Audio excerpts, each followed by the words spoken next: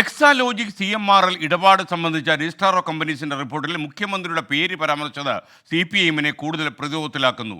KSIDCക്ക് ഓഹരികളുള്ള CMRLും മുഖ്യമന്ത്രിയുടെ മകളുടെ കമ്പനിയും തമ്മിലുള്ളത് തൽപര കക്ഷികളുടെ ചട്ടവിരുദ്ധമായ ഇടപാടെന്ന റിപ്പോർട്ട്. വിവാദം കൊടുക്കുന്നതിനിടെ CPM സംസ്ഥാന സെക്രട്ടേറിയറ്റ് ഇന്ന് യോഗം ചേരും. അലക്സ് റാം മുഹമ്മദ് ചേരുന്നു തിരുവനന്തപുരത്ത് വിശദാംശങ്ങളുമായി. അലക്സ് റാം മുഹമ്മദ്, ഈ തെരഞ്ഞെടുപ്പ് വരുന്ന വേളയിൽ മുഖ്യമന്ത്രിയെ കൂടി ഉൾപ്പെടുത്താനുള്ള ഒരു കാര്യം ഈ ROCയുടെ റിപ്പോർട്ടിലുണ്ടെങ്കിൽ അത് തീർച്ചയായിട്ടും അത് CPMന് ദോഷം ചെയ്യുമെന്ന് ഞാൻ മനസ്സിലാക്കുന്നു. എന്തൊക്കെയാണ് വിവരങ്ങൾ?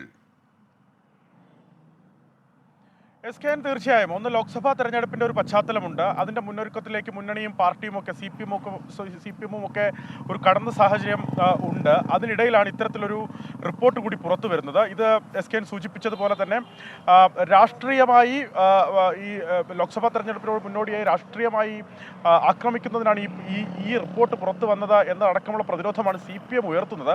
പക്ഷേ ഇതിലൊരു പ്രധാനപ്പെട്ട കാര്യം ഈ കഴിഞ്ഞ ദിവസം പുറത്തു വന്ന റിപ്പോർട്ടിലെ ഉള്ളടക്കമാണ്.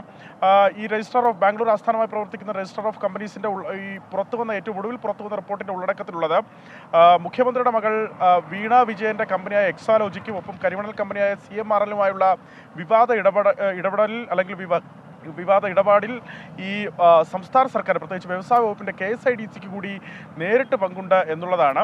ഇതിൽ പ്രധാനമായി അവർ പറയുന്നത് KSIDCക്ക് ഏതാണ്ട് 13.4% ഓഹരി ഈ CMRL കമ്പനിയിലുണ്ട്. CMRL കമ്പനിയുടെ ബോർഡ് ഓഫ് ഡയറക്ടേഴ്സിനെ അടക്കം നിയന്ത്രിക്കാൻ ഇതുവഴി സാധിക്കും.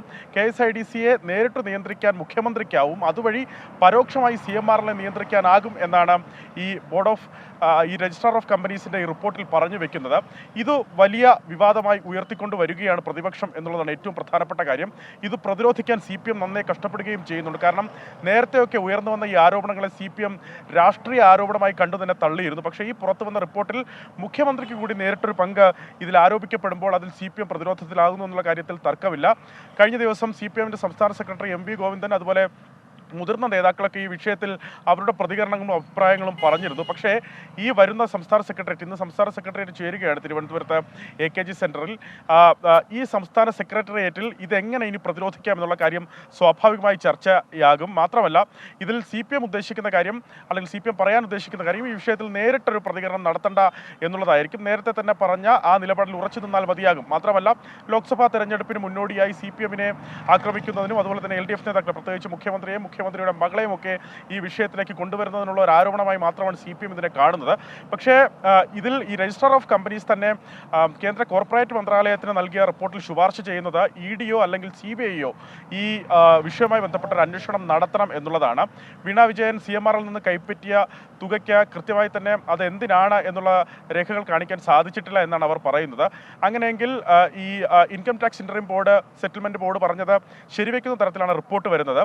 മാത്രമല്ല പ്രതിപക്ഷവും ഇതുമായി ബന്ധപ്പെട്ട് CBIയും അതുപോലെ EDയും അന്വേഷണം നടത്തണമെന്ന് പ്രതിപക്ഷവും ആവശ്യപ്പെട്ടിരുന്നു. ആ ആവശ്യവും ഒന്നുകൂടി ശക്തമാകും എന്നുള്ള കാര്യത്തിൽ തർക്കമില്ല. എന്താണെങ്കിലും CPMന്റെ സംസ്ഥാന സെക്രട്ടേറിയറ്റ് ഈ വിവാദങ്ങൾക്കിടെ ചേരുന്നു. മാത്രമല്ല മറ്റു ചില കാര്യങ്ങൾ കൂടി ഈ സെക്രട്ടേറിയറ്റ് ഒന്ന് ചർച്ച ചെയ്യപ്പെടും. അത് ഉടനെ തന്നെ CPMന്റെ കേന്ദ്ര കമ്മിറ്റി തിരുവനന്തപുരത്ത് AKG സെന്ററിൽ ചേരുന്നുണ്ട്. അക്കാര്യങ്ങൾ ചർച്ച ചെയ്യപ്പെടും.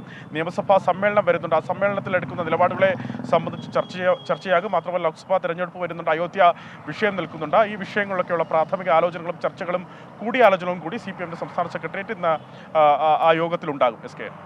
Okay, thank you Alex Ram Muhammad ആണ് വിവരങ്ങൾ നൽകിയത്.